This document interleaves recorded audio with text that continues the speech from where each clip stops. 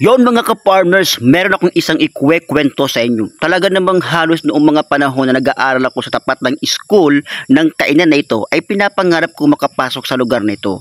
Isipin niyo yung guys, sa loob ng mahigit 2 dekada, saka ko lang napasok ito. At ang nakaka-amaze talaga dito, kapag pumasok ka, para kang ililibot sa isang lumang kasaysayan na nabubuhay pa yung panahon ni Jose Rizal.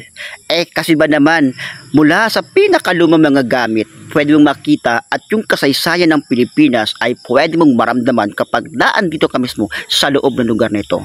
Pagpasok ko pa nga lang dito sa isang restaurant na ito, iisipin mo napakamahal ng pagkain, pero wag ka, hindi talaga mahal. Iisipin lang nating mahal, pero napakamura talaga. Afford na afford nating kumain dito. At saka hindi totoo yung chismis na kapag pumasok ka dito ay para lamang sa mga taong piling ay mapipera at hindi talaga pwede yung mga taong kahit mapera yung kasuotan o pananamit ay hindi naaakma mismo sa loob ng kainan na ito.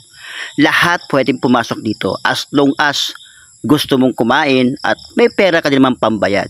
Nakaka-amaze talaga dito kasi pagpasok mo pala, makikita mo talaga, mararamdaman mo na talagang welcome ka sa mga taong nagtatrabaho mismo sa loob ng restaurant na ito.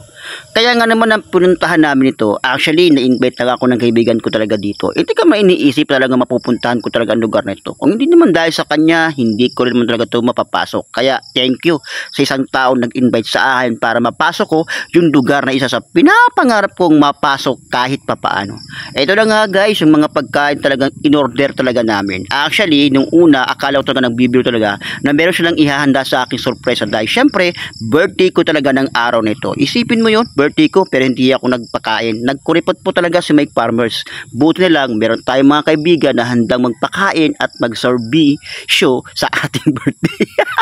Kaya kung hindi yung pa napapasok itong lugar nito, abay, yung pang hinihintay nyo, pasukin nyo na para man maramdaman ninyo yung ganda ng lugar at yung talagang pinakadabis dito, yung mga pagkain na inihahain nila ay talagang hindi mo pwedeng makalimutan. Ika nga, kapag natikman mo, tiyak ako, katulad ng maraming nakapasok dito, hahanap-hanapin mo.